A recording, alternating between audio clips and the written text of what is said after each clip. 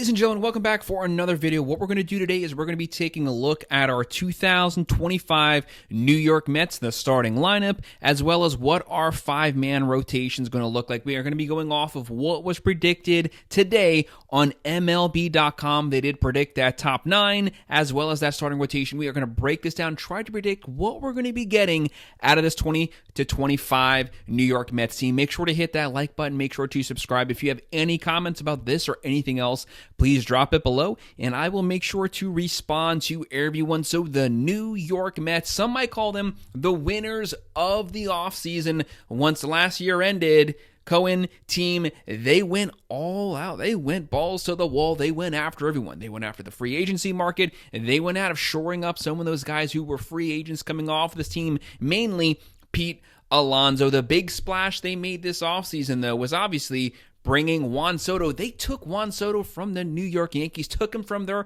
across-town rival, brought him to the New York Mets in the largest contract in sports history. What was it, 765, 775 million, whatever it was. Crazy contract, but Juan Soto, now you've got the contract. You have to live up to the hype. We don't need a 280 average, 30, 35 home runs. That's not what 765 million gets you. We need 3 to 330 batting average, and I need 35 to 45 home runs. I need you to be a MVP caliber player this season, preferably winning the MVP. That's what's going to earn you that money, but let's call it what it is. This is one of the best top to bottom 1 through 9 lineups, batting order wise, in all of Major League Baseball. This was a team. You came in second in the National League. You just lost to the Dodgers. Dodgers are the defending World Series champs, but they set the bar. You have to compete with the Dodgers. You just missed out on making the World Series, and that would have been cool to have a Subway Series this past season, but you got to get better. So the bar has been set. The bar right now is the Dodgers. They're at the top of Major League Baseball. You came in second to them in the National League. Is this lineup better than last year's team? Yes, it is better, so at least you improved. Maybe you can match the Dodgers. Maybe you can just get past the Dodgers lineup-wise. Very strong lineup. They have guys that can hit for average. They have guys that can draw walks. They have guys who can see pitches. They have guys who can hit for power. Very well-rounded. Any type of need that you need, you have someone who can answer that need in this batting order. Where I see faults, where I see weaknesses with this team is the starting pitching. Starting pitching, very questionable. You have one of the best closers in all of baseball. You have Edwin Diaz. He's an anchor there at the back. You still got a couple free agents out there. David Robinson, he's still sitting out there. Yeah, the guy's pushing 40, but he is what he is. He had an under 3 ERA this past season. He's pitched for the Yankees. He's pitched for the Mets. Knows the big season. You have a pretty decent bullpen, and you have the anchor in Diaz holding things up on the back end. But this starting pitching, very, very questionable. They're going to be leaning a lot on their studs. But let's take a look. Let's start looking at this lineup. Let's start breaking it down. What MLB predicts. They have Francisco Lindor leading things off at 1. He's kind of your all-tool player. He's someone who can hit, let's say, 270 to 280, can get you 35 to 30 home runs. He can get you 30 to 35 stolen bases. He can score over 100 runs. He can drive in over 100 players.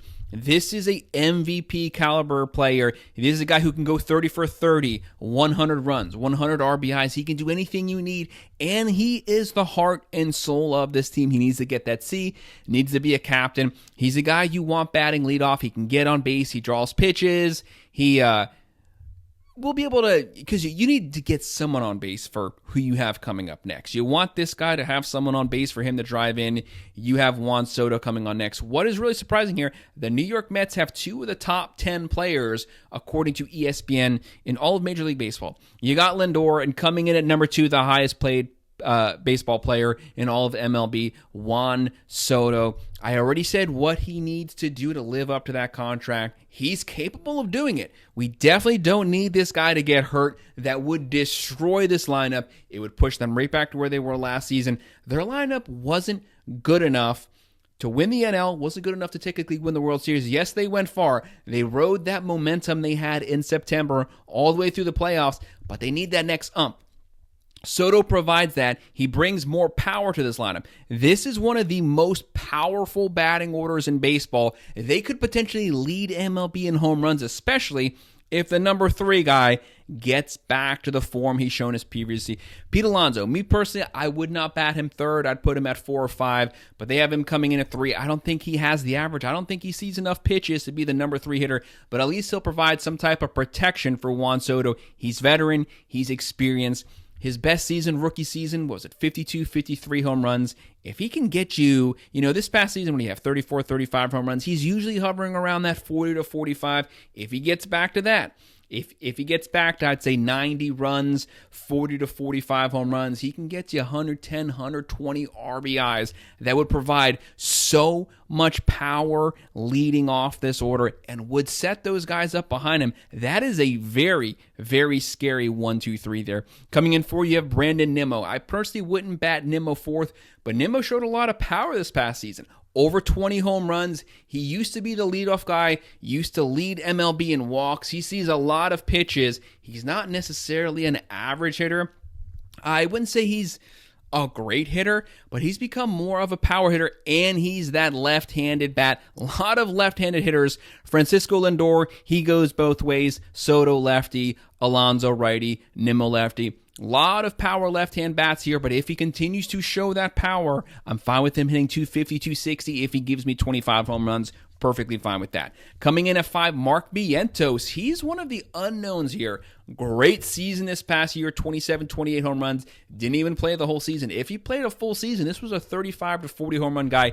Now we get to see what he's capable of, but he's not the vet yet. You don't want to put him at 3 or 4 because he's not a veteran yet. Let him grow into that role, but if he picks things up where he left off last season, this is a guy who can really take this lineup to the next place because he's someone that no one's really watching right now. They're looking at the big names, Lindor, Soto, Alonso, but what about Mark Vientos? He's the young stud. If this guy gives you 35 to 35 home runs, you have, 4 guys who could hit over 30 home runs on one team. Scary lineup. 6, Jesse Winker. I don't like that move at DH. I would rather bring back JD Martinez to DH. He's a veteran. He still has pop. He can still hit 250, 260. I would much rather have him, the veteran presence, the bat, the guy you know what he's going to give you week in and week out. Winker does not have enough power to be a DH in the 2025 season.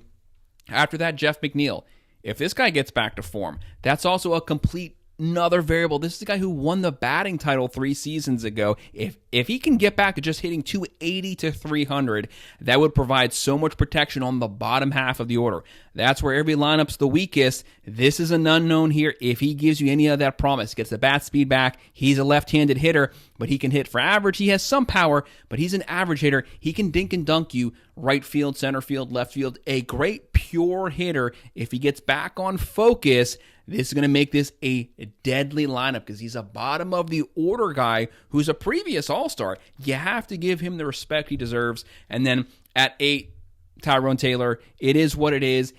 Very weak in the outfield position here to me. Soto, he's right fielder, strength. Brandon Nimmo, great fielder, keeps the errors down. Tyrone Taylor, I don't like him at center field, but who else are you going to put there? And then coming in at 9, Luis Torrens. Obviously, the big news is Francisco Alvarez goes down. He's going to miss 4 to 6 weeks. That's the guy who has a lot of potential there, would have really bolstered the bottom lineup. He's a guy who could be one of the best pure catcher hitters in all of baseball, but he's banged up right now. Got to get him back to being healthy. This is another guy who can get you 20 to 30 home runs at his potential, especially if he continues to work on his hitting, becomes more of a pure hitter, get that average up, get the bat speed up, draw some walks. When he comes back, this lineup's going to go to another level. This lineup as constructed right now is still a B+ to A lineup. When you get Alvarez back, it's crazy. And then you have Starling Marte. He's an also factor there. Veteran player. He's someone who can still hit 260 to 275, draws a lot of pitches, still has the quick bat speed. He has some power, but he's a guy you can bring in. He can steal some bases to complement Lindor. He can spot the outfielders. When they need a day's rest, bringing him. To me, he's your primary pinch hit guy. He's your primary guy that can fill in for any of the outfielders. Probably still going to get 300 to 350 at-bats this season. Really good player, a guy you want for the playoff runs too, and you want someone who can continue to swap bases, have them on base when the top of the order comes back up to start the fresh innings. Now looking at the rotation, this is where there's a lot of blemishes to me, where there's a lot of issues, and they're banged up right now. They did not have the depth to take injuries. They lost Sean Manaea. He's going to be out for some time. Frankie Montes going to be out some time. They're not going to be starting the season. That's going to put a lot of pressure on the starting rotation. A lot of unknowns here. Senga, he's their stud. He's their primary guy. He's their go-to guy to lead things off. But don't forget, he missed pretty much all of last season, came back at the very end. He has to come back to form. He has to have a great season. He has to carry this team. If he gets injured, he's their only stud pitcher right now. That would decimate their starting rotation, would put a lot of pressure on the offense batting order-wise, because they would basically have to outscore everyone every single game. That's probably going to happen anyways, but at least you need that foundational piece that's going to give you great starts and eat some innings up. Coming into Clay Holmes, great pitcher. He's had a great spring training so far, but he hasn't been a starting pitcher, so there's going to be a lot of eyes looking at that. He hasn't had to eat a lot of innings. How does he do? He could have a great first half. How does he keep his arm fresh second half? Someone you want to watch. He can have a great season. 3.5 ERA would be great, but we have to see the depth and health. He hasn't had to pitch that much over the course of a regular season. Coming in at 3, David Peterson. He's the guy, he has high highs, he has low lows. He'll have a 3.5 ERA 1 year, then the next season it's 5. Where does he fall in? But at least he's that left-hand pitcher. He's the only left-hand pitcher in that predicted starting rotation right now. Going to put a lot of pressure on him. We know he has promise. We know he has talent, but sometimes he doesn't live up to it. It's a week-by-week thing. Coming in at 4, Griffin Canning, Paul Blackburn. Very shaky starting rotation. They got to work on that. They're going to be buyers at the deadline, specifically on the pitching market. They're going to put a lot of pressure on their bullpen. They have a pretty good bullpen, but I need to see a lot of work in that starting rotation, especially with a lot of your starters out. McGill, he's still there. He's an experienced guy. He's been on this team. He's one of those Peterson guys. Showed a lot of promise, didn't necessarily live up to it, but at least he's there. He can spot these guys, and he's your long reliever. He can also eat some innings. So great batting order, power, average, speed, everything you want. The question lies on that starting rotation, and are they going to stay healthy? Zero room for error. If Senga gets hurt, to me, the whole rotation slides off the list. He has to be healthy, has to give us that production he could not give us last season. Guys, that's just a quick breakdown of our 2025 New York Mets, the lineup, as well as the starting rotation. Make sure to hit that like button. Make sure to subscribe. If you have any comments, drop them below, and I will respond. Thank you.